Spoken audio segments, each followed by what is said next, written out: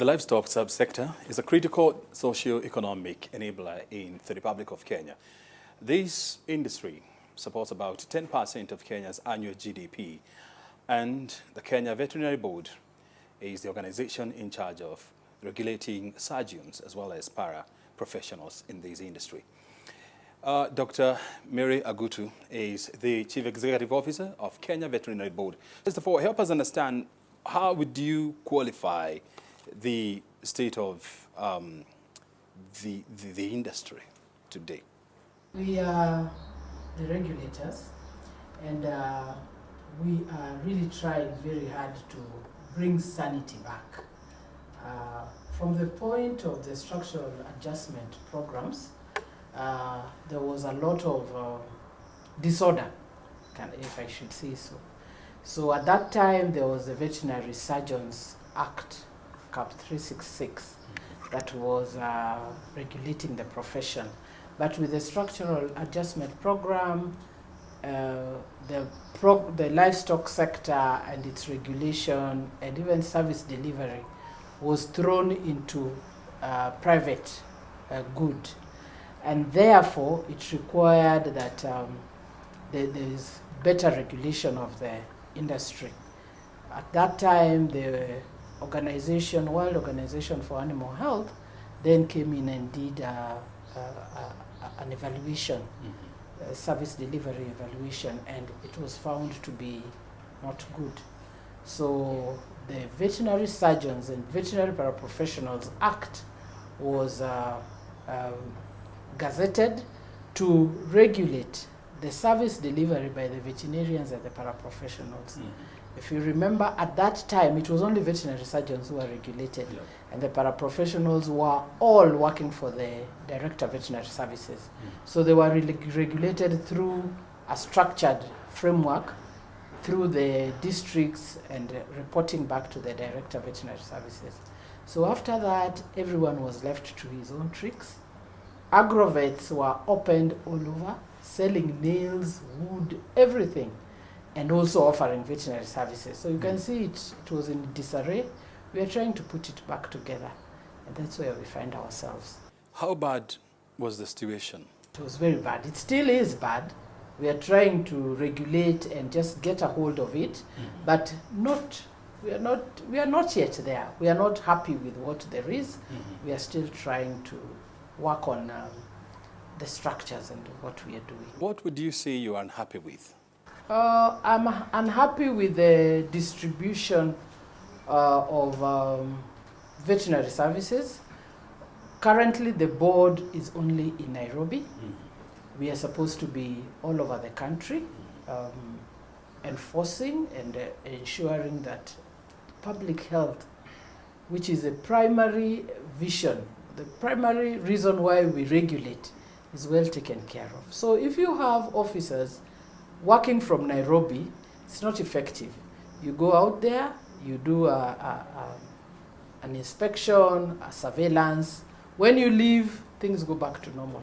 So we want to be right in the regions, right mashinani, so that we can be able to follow up on our enforcement. Follow it up from the perspective. I mean, you're talking about ensuring that, you do market surveillance and, of course, enforcement of the law. How do you afford to do that with a starving level of less than 40 people? Yeah, that has been a big challenge. We are happy that we are now 40. We were 20, so we have doubled.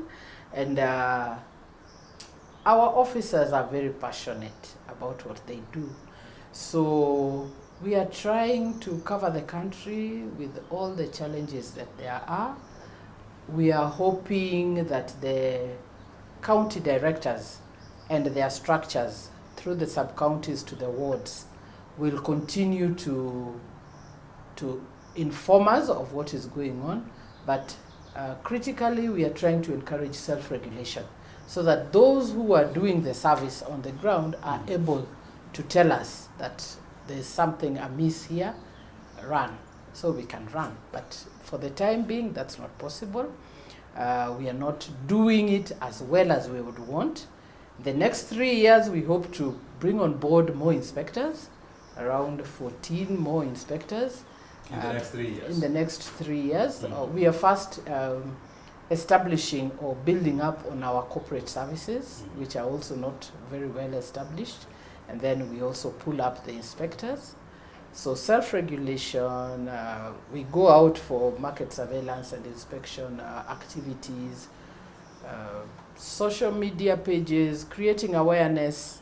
Like, this is a very beautiful chance that you've given to me so that I can talk to the Kenyans and create the awareness, because most of all, we'd like to create consumer awareness so that they demand for quality services from our professionals. Talking about employing 14 inspectors in 3 years, that's about less than 4.5 inspectors per year.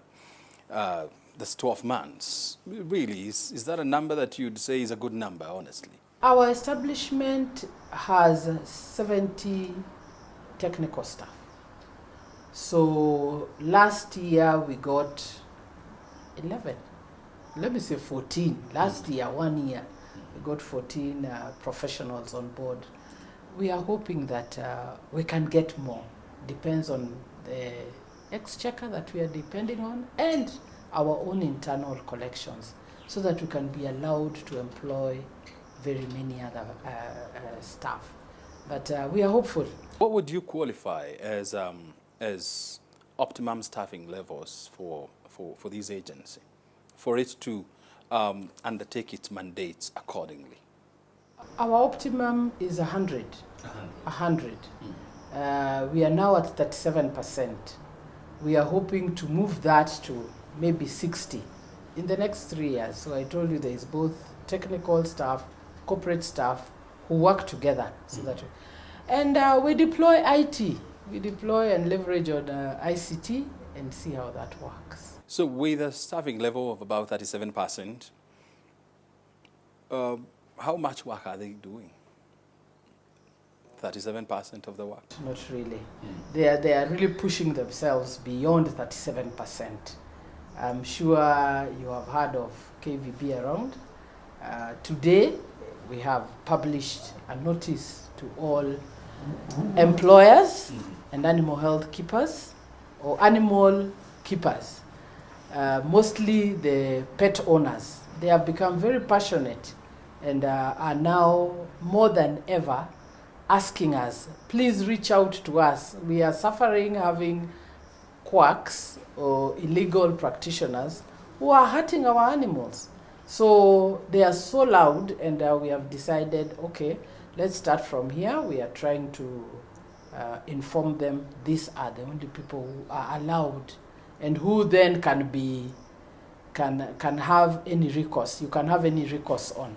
Because if you get an unqualified or an illegal practitioner handling your animals, then you only have the police to help you out. But if you get a registered person, licensed, we are able to look into their practice and through the code of ethics, call them out and tell them you're not doing the right thing, discipline them, but also just have better practice out there. You were talking about an industry where you have about 50 million cattle. You have about almost 25,000 goats and sheep.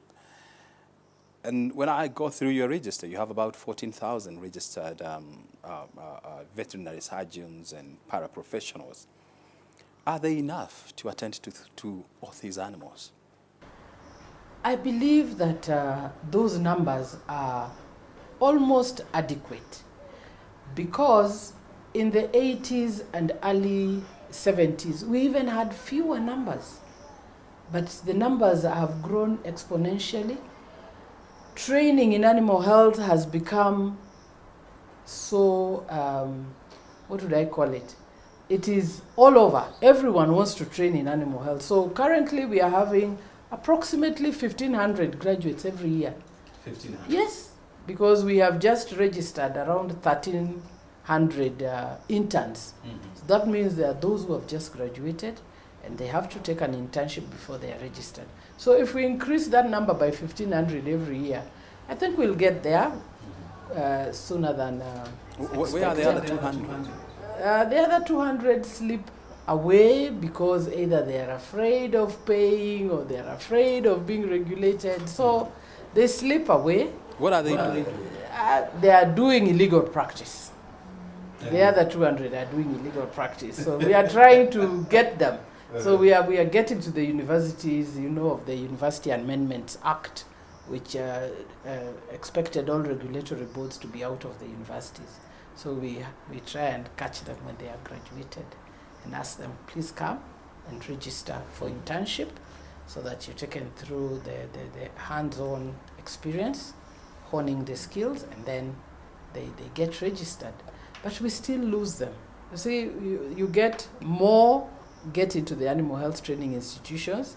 You lose some at graduation. You lose some after internship. You still lose some just before they are registered. They are trying, but we are not yet there. So with ICT, we'll be able to help the animal keepers to know who is supposed to handle the animals. Just with that call, the number of persons registering, the number of persons retaining their names, for the first time, I may sound a bit ridiculous, but for the first time we have at least almost 40% retaining up to now. 40%. So 40%. We have never got to that level. We normally are at 20, but now we are at 40. And our next move is to recall the certificates of all those who are not retained, because then if you're not retained, you're not going to be good for the public. So we recall certificates. Those who slip out, slip out. Those who decide to now come on board, and we are targeting to get up to 70% before June, and hopefully before the end of the year, if the 100% can come and be registered, then we'll be doing something good. And so you're talking about, 200 failing to register with the agency. You don't know what they're doing, but you definitely know that they're operating out there illegally. What kind of danger do they pose to the Kenyan Livestock Society, as well as the health well-being of our country?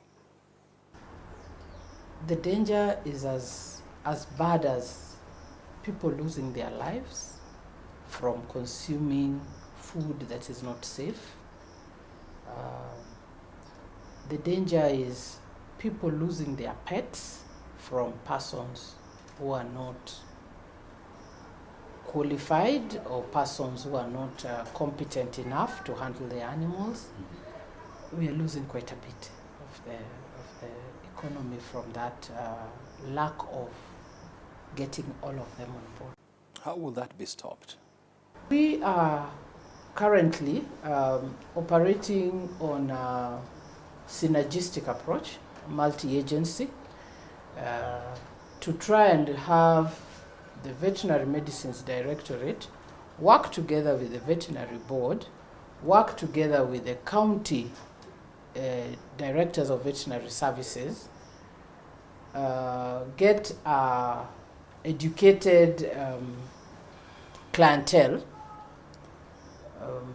try and leverage on ICT to try and just get rid of all these leakages. A two-pronged problem here. You have unqualified and unregistered. They may be qualified, but they are not registered with the agency. Which one is a bad problem? They are both bad, but I would say it is worse to have an unqualified or untrained, a quack, a pure quack, because the rest who are not registered, we also call them quacks because they are not registered. But those who are not trained are a problem, a big problem. Do you know how many are out there they're not registered, but they are practicing? In their thousands, because again, I don't know why it is that veterinary practice or treating animals is very easily passed on. So if I work with you for 1 week and you see the routine things that I do, when I leave you, you easily get drawn into it. One, because there's so much money out there. And two, because you think that because every time I pull out a bottle of tetracycline, that's the only thing that is done. So not true. The other thing is breeding services, artificial insemination. Let's talk about that. Before the VSVP Act, which we are now using, we had a lot of people trained in artificial insemination, and they were able to just to make the other animal pregnant. That's all that it took. But those people are the ones who are converted into quacks. Because today I come to your home, I inseminate your animal, it gives birth. Who will you refer to? Very easily. You call him every time you have a need. But it's not true that they are all qualified. So with the coming of the Veterinary Surgeons and Veterinary Paraprofessionals Act, we decided to have everyone doing any of that to be a registered professional. That really multiplied the number of persons who are practicing without being registered.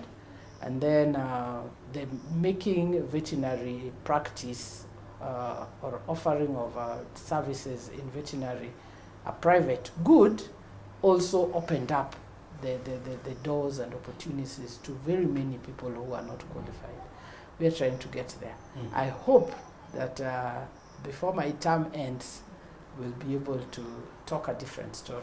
It is a bit gloomy now. It saddens me, but we are trying to do our best.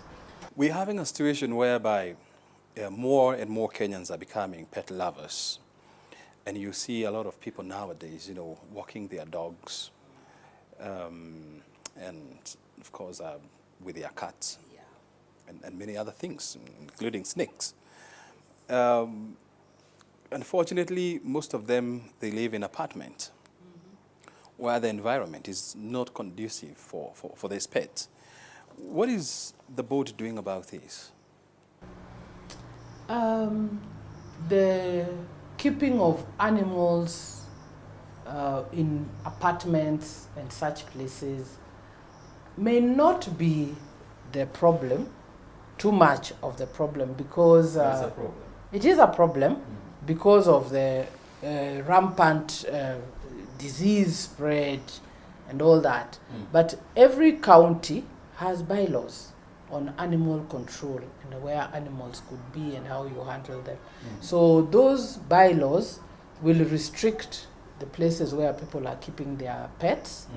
Those bylaws will restrict persons from keeping cows under their beds in some areas here in Nairobi. People are staying literally with the animals in their little compounds, and they want to milk and sell that milk to their neighbors, and it's not safe.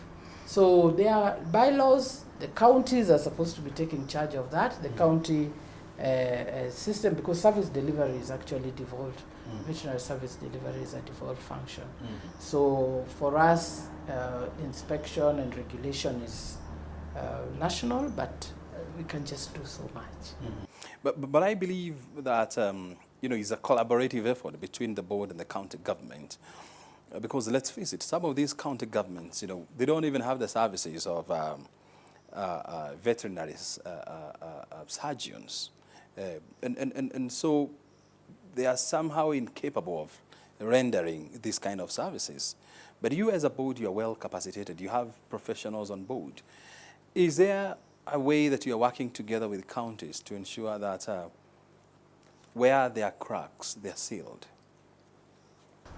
One of our mandate, or part of it, is to advise government on those aspects of practice, of employment, of training of animal health practitioners in this country. So as much as possible, we are getting in touch with the counties and advising them hey, you don't have the right number of practitioners, you don't have persons who are qualified to do this, please do as required.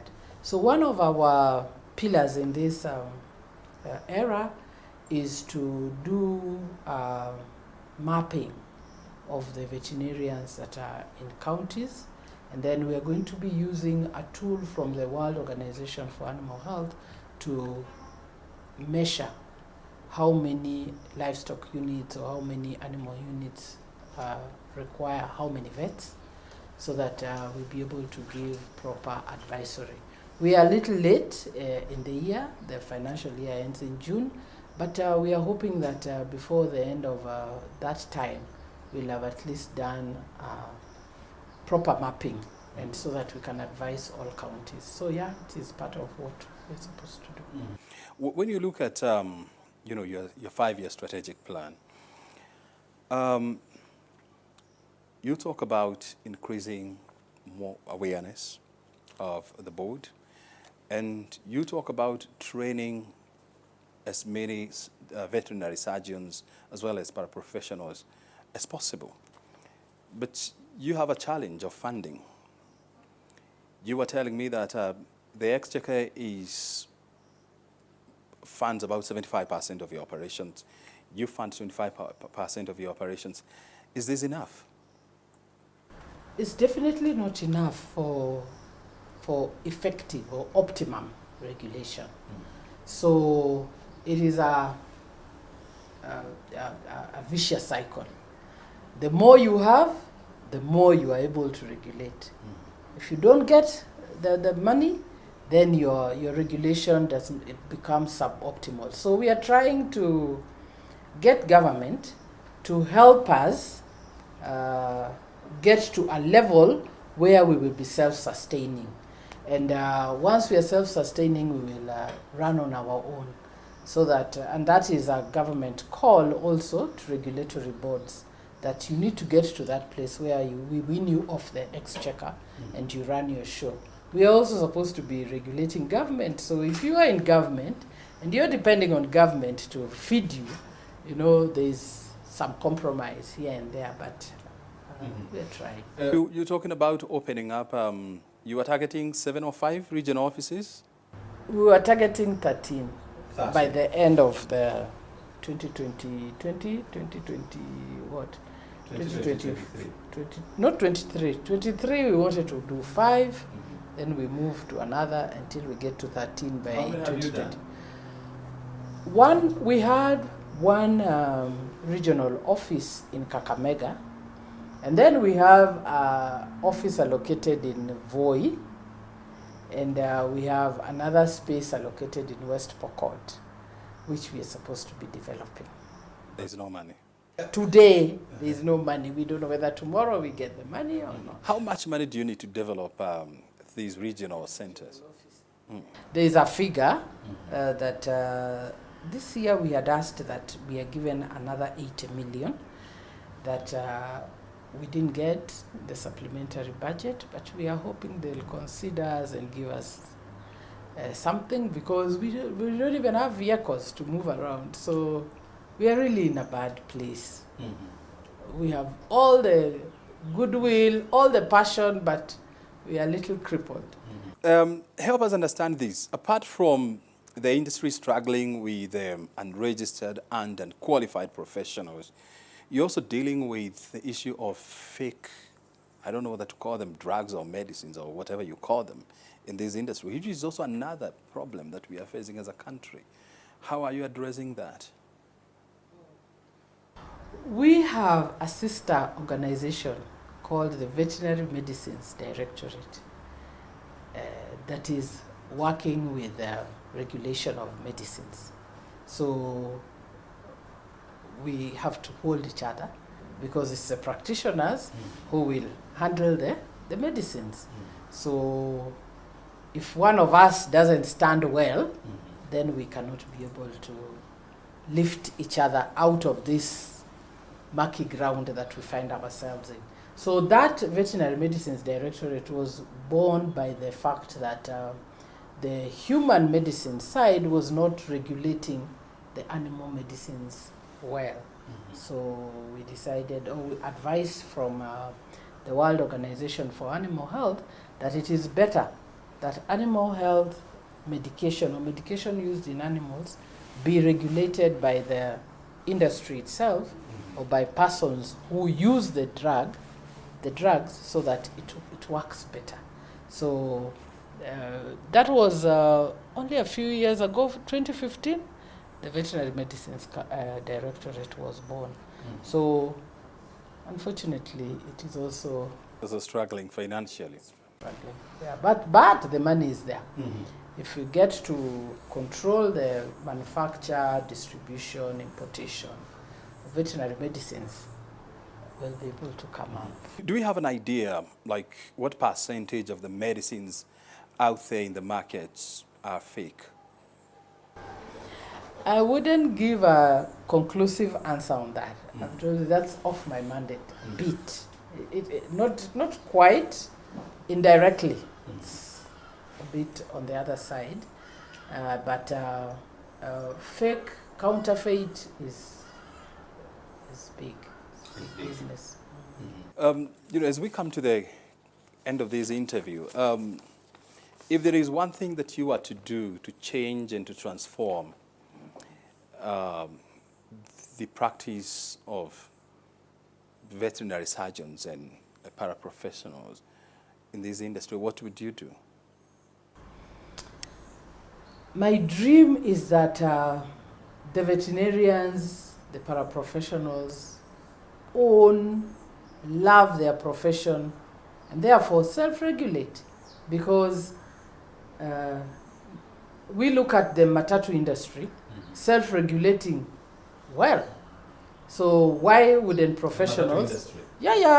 Because I believe you would not pick your vehicle, whether you had a van or what, and go to the stage and just pick passengers. They wouldn't allow you. So the call has been, hey guys, this is our industry, this is our turf, this is what we know how to do best. This is what we do as a calling. In fact, I always tell them it's almost a spiritual calling to take care of these animals, which eventually land on our plates and on our children's plates. And so it is up to us to ensure that we are serving safe food. Because if the food is not safe, then it is poison. So why would you want to eat poison? So if it is up to you to do that, kindly, I would like that is done. Daktari, anything else we need to hear from you? Just like to inform the public that we are here to try and uplift you from the suffering of getting not quality service from our practitioners. And therefore, refer to us when you get persons handling your animals, treating your animals, and we will be able to inform you of the correct persons to do that. However, it is your responsibility as an animal keeper, as a pet keeper, as a pet owner, maybe a livestock keeper, to ensure that whoever handles your animals is qualified to do so. And therefore, then you get the best service that you can get. If you don't get, then refer to Kenya Veterinary Board. Yeah, very well. And do you have a way, this is for the public, I mean, if I am doubting that the person I'm dealing with is qualified and registered, do I have a way of confirming this? Yes, we have on our website the register of persons who are registered. So you can go to the website? Yeah, you can go to the register and get our registers for the year. In addition, every registered practitioner should be having an identification card that identifies them, their photo, their ID number, and the validity of their registration. For that, very good. Asante sana, Daktari, for joining us. Very well. Dr. Mary Agutu is the CEO of Kenya Veterinary Board, joining us on this week's episode of Inside Government, and of course helping us understand the challenges, the opportunities, and the way forward in this critical industry. I mean, you have been watching Inside Government. Our conversation this week has been around animal health and, of course, the operations of the surgeons as well as paraprofessionals. And Dr. Mary Agutu has been with us. My name is OBrien Kimani. Thank you for joining us. Bye for now.